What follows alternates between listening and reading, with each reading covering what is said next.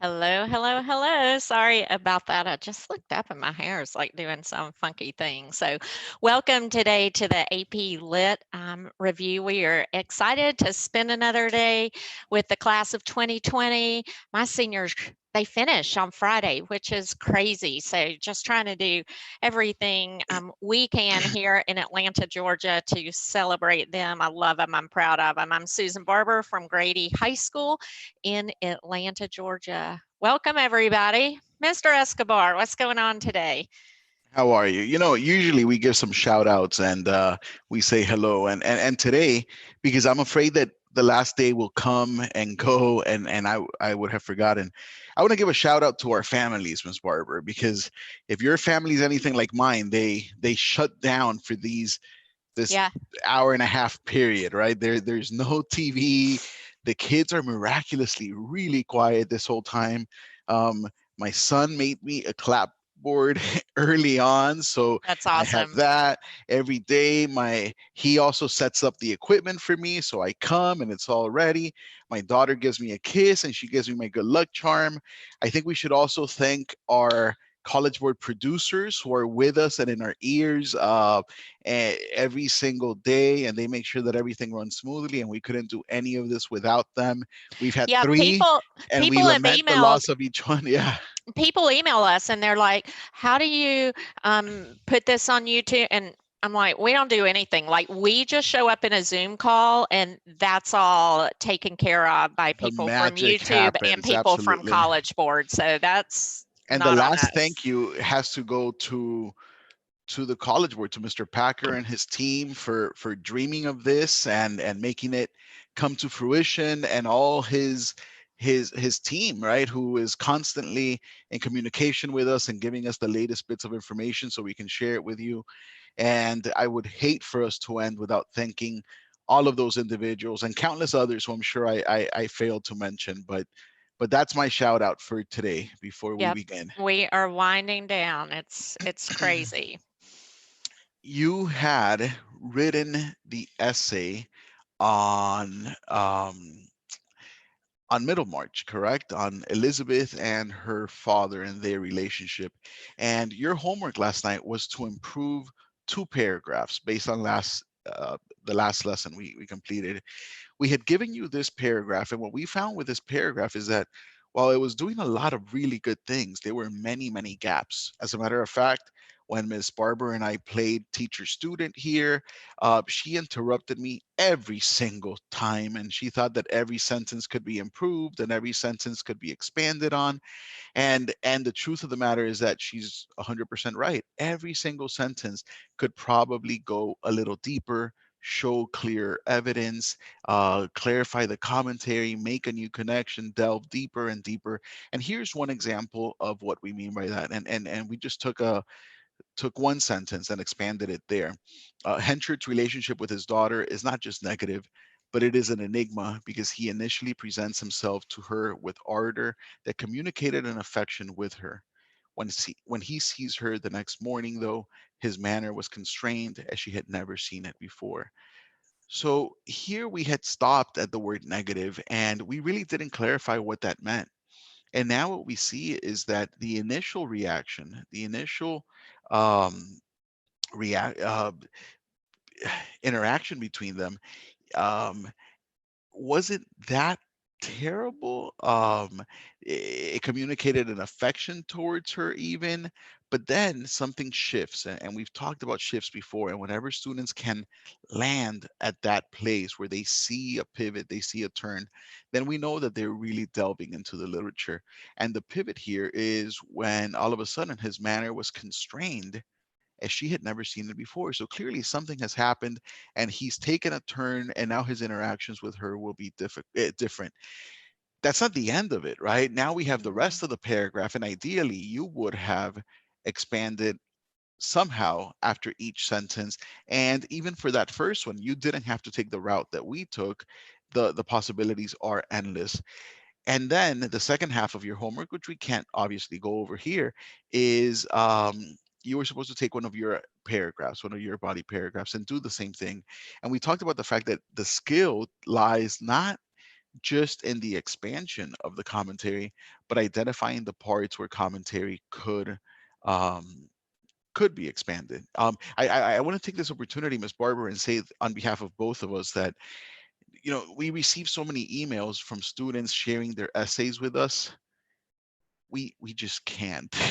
We can't. We're struggling. We could barely complete these videos and teach our own classes, and we really hope you understand. If we had the time to read all of the essays that you're sharing with us, believe me that we would love to provide you with feedback and commentary and help you guys out. But hopefully the lessons suffice. Hopefully we're giving you some guidance, but we just can't promise to get to those essays before the AP exam. Right, Ms. Barber? That's right. Yes. Lesson overview. We're talking about sophistication, and this has been uh, the point that we have technically not addressed Mhm. yet, haven't we? I would actually venture to say that every single lesson amounts to sophistication. Every single lesson is contributing to writing a better, more robust, more analytical essay. But yet, sophistication goes beyond just writing a good essay. So, we're going to talk about it today, but I don't want you guys to focus on this too much. Focus on writing the best essay you can. And if you earn the sophistication point, well, that's just the cherry on top of that brownie a la mode that we've spoken about before. We're going to focus on three different aspects of sophistication, or it comes up in three different skill sets within the course description. We have to develop commentary that establishes and explains relationships among textual evidence, the line of reasoning, and the thesis. We must select and use relevant and sufficient evidence to both develop and support a line of reasoning. And we must demonstrate control over the elements of composition to communicate clearly. As you will see, however, it's not just about writing well, it's about writing in a very special manner. And we're going to get into it throughout today's lesson. So we are talking about sophistication today, and this is it's new when we look at row C of the rubric. We've not been through a full reading yet, so this is feeling new for everyone. I did attend the pilot reading at the end of January and have a little experience, and College Board has released a couple of years of samples that have been rescored by the new rubric. So that's kind of the base of this lesson. I will upfront say that my students, we have looked at the rubric thoroughly, but they know the four paths to earn the sophistication point, but it's not something that we specifically work on or I teach in my class. We really focus on row B. But let's look at this rubric. You Can I can say one thing, Ms. Yeah, Barber? It please. the way that I think about it, and I've done some workshops on this, and what I've told teachers in the past is, although perhaps there's exceptions out there, I never taught to the nine on the old rubric. The students who could consistently write a nine wrote nines without me. They just had a flair to the writing, an elegance to their writing. Not that a nine is a sophistication point, and we're going to make that clarification. But the analogy that I'm making is, if you never taught to the nine before, and you made sure that your students were as far away from the four and five, right, and trying to take them into the upper half, then that's what I continue to do this year. I made sure that I taught to all of the other elements, but I wasn't teaching to the sophistication point necessarily. Yeah, and that's exactly where I am in my classroom. But it's complex. Having said that, I mean, my students are aware of the four different paths. We want you to be aware of the four different Of course, yeah. paths. And of course, we want you to pick up the sophistication point. I mean, I want that for everybody. Um, So first, we're going to look at each of these different paths to getting the sophistication point, but let's look at responses that don't earn the sophistication point, because I think these notes in the rubric will help you understand when we get to the 4 specific paths. You don't get the point if you attempt to contextualize interpretation. If you do that, but such attempts consist of generalizations. I mean, this is very specific and nuanced commentary. It's not just broad-based and vague generalizations about a topic. If they hint or suggested other possible interpretations. Again, it has to be very specific, not only with evidence, but very specific with analysis. Um, if a student makes a single statement about how an interpretation of the passage comments on something thematic without consistently maintaining that thematic interpretation. And it's so important when we think about like the sophistication point, you know, situating in a broader context, that has to be woven all the way throughout the essay. It's not a sentence at the end or a paragraph at the end of the essay or even a sentence at the end of each essay. It has to be consistently woven throughout. If a student oversimplifies complexities, in this fourth or the last bullet here, if a student uses complicated or complex sentences or language that is ineffective because it does not enhance the student's argument. It's all about writing, when we think about this vivid and persuasive style, it has to be sentences that push the argument forward. So it's not just a word thrown in here or a really complex sentence here, but it's these uses of syntax and really elevated diction that is moving the argument forward. And again, if you look at the note in the bottom, it has to be consistently throughout, not merely a phrase or a reference, but it's just all the way throughout the student's argument. So let's look at the 4 different points and we'll talk about those individually. So the first one is identifying, we can go on because I think I have slides for each of these. We can identify and explore, identifying and exploring complexities or tensions within the passage. Now this is really interesting. I think, just my personal opinion, I think this may be one of the easier ways to, there's no easy way.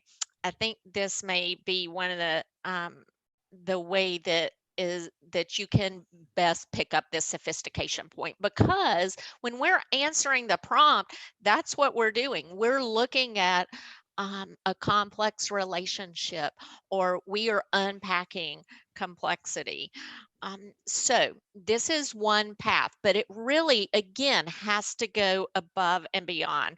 So when we think about complexity, you can't just use a one-word adjective or even one sentence to explain why something is complex. When we think about complexity, it's another word for meaning like it's complicated or there are multiple layers to this.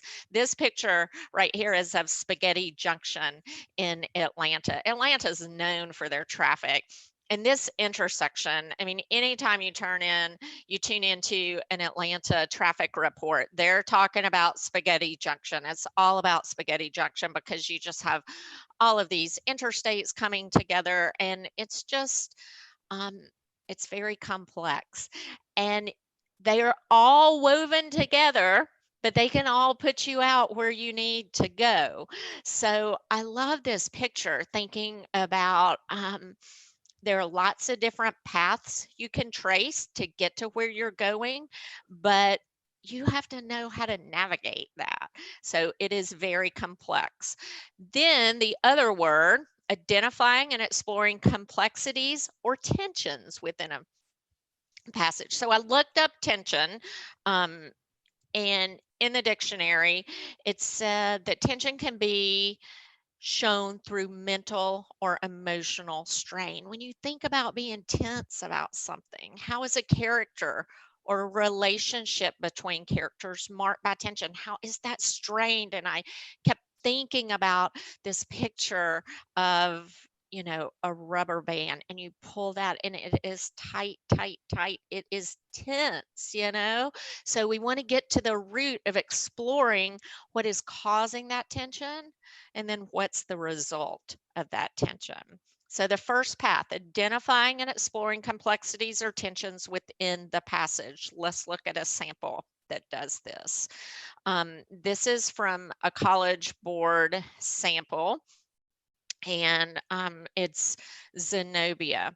So I have highlighted yellow and green because we're exploring. These show really well complexities and tensions, the two different colors, and then we have like some marker words in the blue. We see that the passage opens, the narrator is in awe, and then we have the signal word, although the narrator is dazzled and in awe. Now we see some complexity. He's uneasy and feels a bitter sense of shame. And then the author goes on and magnifies this feeling. We talked about that word a couple of days ago. Now we see the author expresses his disapproval for Zenobia's overly indulgent lifestyle, which now it's very different. So we have this overly indulgent lifestyle, but it's very different from the values of his community. This probably says he further states his dislike of Zenobia when he beholds her true character. Then it implies that Zenobia has been hiding her personality by claiming she is passionate, luxurious woman. So he notices that, but now again, we see in spite of that, he still harshly criticizes her. So we see this back and forth. This is true, but this is true. And it's not just one statement here of this is what I notice, and then maybe a rebuttal statement, but it is back and forth, back and forth, back and forth, this unpacking and exploring of complexities and tensions. Whew, that's not easy to write in 40 minutes, like hats off to somebody who can cold read a passage and then write like that. Like I honestly so many times walk away amazed at what students can do. The second path to picking up the sophistication point, illuminating the student's interpretation by situating it within a broader context. Now, this is where those specific bullets about you cannot make generalizations, like you really have to unpack this, and it has to be throughout the essay. So it's not just like some random historical reference. And this year, I don't know. I don't know. I'm just like y'all. Like, I don't know what the prompt is. I don't know if there will be a year attached to it. We know there's not going to be an author's name or title attached. So I don't know, so it may even be harder to make some of these connections to broader context. But look at the bottom, and this is David Miller, our chief reader. These are his words. The context must work in service to the student's argument that is developed and sustained throughout. So the context has to further the argument. It can't be a side note in addition to the argument that is answering the prompt. It has to be part of that. So let's look at an example. This is a student of mine who wrote Under the Feet of Jesus. That essay, because I did not see any samples from College Board. So this is from one of my students. So he talks about this, the introduction of Estrella specifically, and you'll see how his is woven all throughout. It's specifically within the context of her environment. This introduced Estrella as foreign, possibly Latin American, and highlights and foreshadows her struggle developing her character. Then we learned that she's inquisitive and has a capacity to learn. The next highlight, this builds sympathy necessary to the archetype described above. The teacher views her as dirty. This solidifies the immigrant child archetype and again pulls the reader's sympathy. In the next paragraph of this sample essay, the teacher uses a name and a specific rude comment that makes this even more personal, and it draws on her archetype. And then the next highlight, her struggles were about race. Talking about Estrella, that her struggles were about race, not her own shortcomings. Simply put, the teachers were racist. So we know what he's thinking. Her migrant status is at the root of her problems, which builds even further reader sympathies. So woven all the way throughout, but these broader these connections to a broader theme is also part of Nick's argument of why she was not able to really learn why the letters were a mystery to her until Perfecto showed up. That's all embedded in his argument, and it is consistently throughout. So, And this go is not ahead. what we normally find in essays that we So, score. mhm, Normally students will drop it one time, right? Like, for example, I can see students including this middle sentence. This introduced Estrella as foreign, possibly Latin American, and highlights and foreshadows her struggle developing character. And that's it. But what this student does is he takes that concept and you see him revisit it and doesn't simply restate it, but he actually does something with it. He says something. He develops our understanding of Estrella and her condition, her plight, her situation because of that context that he's creating. It's incredibly well woven throughout. Yeah. again, to do a cold read of a passage and write like this in 40 minutes, like Yeah. I didn't Kudos. teach Yeah. that, you know?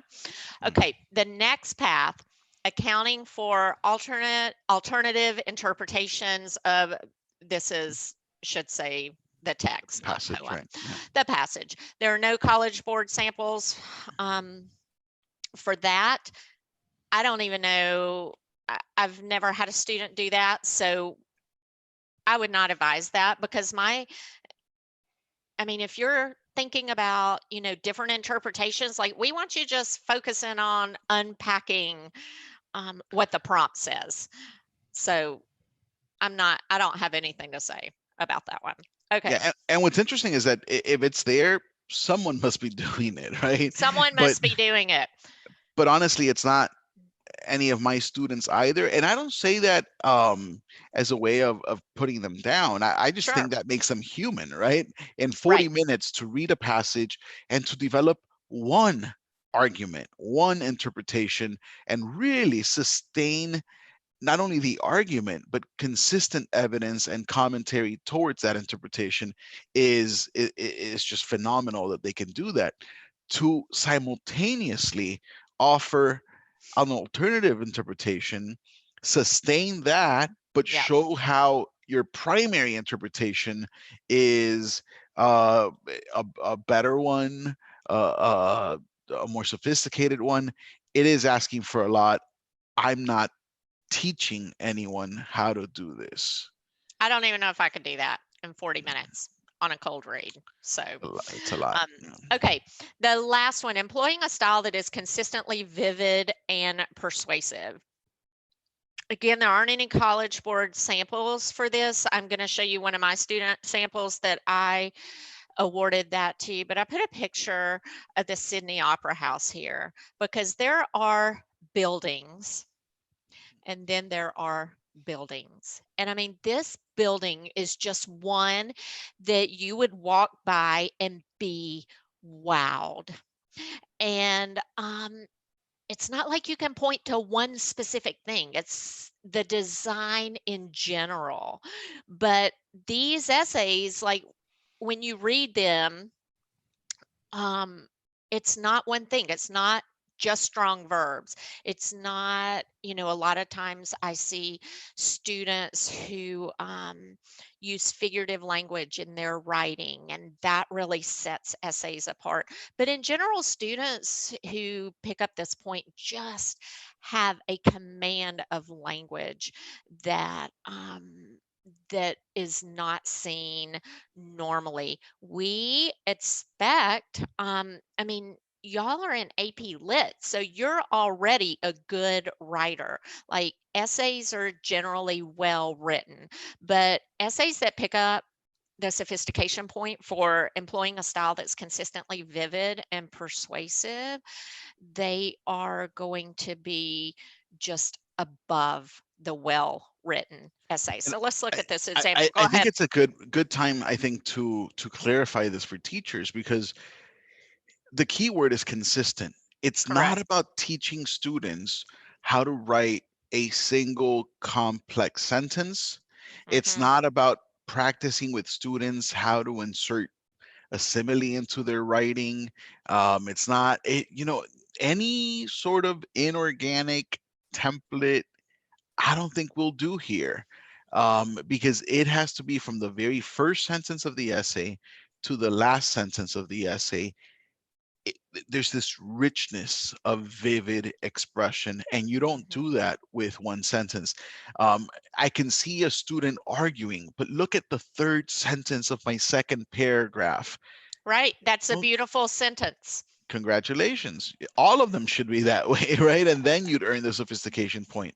So let's be very clear about what this is and what it is not. It is not Hmm. rewarding students an entire point for here and there having really just home run sentences. It's about doing it consistently throughout. And again, I I don't teach this. I think these are students who are writers. Yes. And, I think what we're not saying is that we don't teach our students how to write well. We spend a lot of time teaching Right, students how to absolutely. improve their writing. Um, but you'll see. Let's look at this What we mean, essay. there's no Hmm. formula for That it, no, right? I Yeah, wish there's there no. were, Yeah, right? right. Yeah, Yeah, yeah. I wish there were. So this is another student sample of mine from Under the Feet of Jesus. Look at the way this starts. The student starts with a quote from the passage, which is genius. So what is this? That's going to set up like her argument. And Under the Feet of Jesus, see Young Australia. Um, look at her last sentence. Like a springboard, it then propels Estrella into a journey of self. So like a springboard, already we're using like figurative language. It's propelling her into this journey of self-exploration when she first must grapple with her anger before she finds, and I've typed it just as is, that help that allows her to actualize her self-confidence, which has been hidden under her own skin the whole time. In the first paragraph, I love this sentence. Estrella stumbles on a tool chest the same color of her anger, red. Um, like just pulling those connections together, and then the way she uses the red color, connects it to the anger, uses the colon there. Love it. Here's another sentence. She may be a child, but her fury is linked to an intuitive realization, an unidentifiable tools, one like to the alphabet that cannot decipher. Again, just linking all of these ideas, but her command of language here um, is amazing. all the way down at the bottom, you can see where it talks about, the struggle with English is as excruciating as rusted nails that pierce her bare feet at home. These colorful but depressing seeds of details plant a sense of hope. So now we're talking about the seeds of detail, planting a sense of hope. Again, this figurative language and taking the ideas and reformatting it in a different way. Um, and this contrast her fighting spirit with the obstacles that inhibit her. I think there's one more, and you can see all of this is woven throughout. Again, the middle part here, the overwhelming flood of knowledge pouring into Australia. Like, I don't know, when Mr. Escobar, I showed him this yesterday, and he's like, one of your students wrote this in a time setting. I'm like, I know, like, I did not teach this. Like, you don't teach this, Um, but I did award this student the sophistication point for path 4 because it is just beautifully written. Not only is it beautifully written, but her command of language and all of that furthers her argument. It's Hmm. not, I mean, it just pushes her argument forward, all of that. Yep. Vivid and persuasive throughout. Vivid and persuasive. So, our advice when we talk about sophistication, and you're in my classroom, you're in Mr. Escobar's classroom, this is what we tell our students: focus on row B. Focus on row B.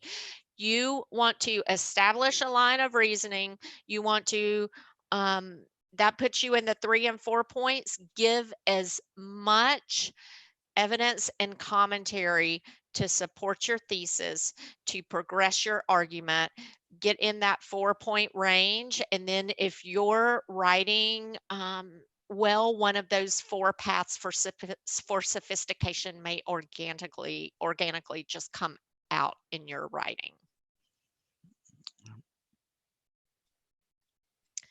So check for understanding. This is back to one of the Middlemarch prompts, and you'll see, like we saw, again, I think that first path may be the easiest to explore tensions and complexities, but you see the back and forth, not as a joyous occasion or blessing, but rather as an enigma. Elizabeth finds not support and praise, but coldness and chiding. She receives her father's criticism with shame and sadness, but yet she's still eager to please and determined to change her pattern. So this back and forth, back and forth. This is true, but yet this. This is true, but yet this. And the more you can do that, and especially like within sentences, instead of one sentence, like this is the one thing I see, and then another sentence, this is the next thing I see, but weaving these ideas just in together. Um, that's That's the complexity, and those are the that's tensions. Yeah. it. Yeah, yeah. And It's it's so not, it's difficult. It's it's difficult. But again, difficult. if you focus on row B, Yes.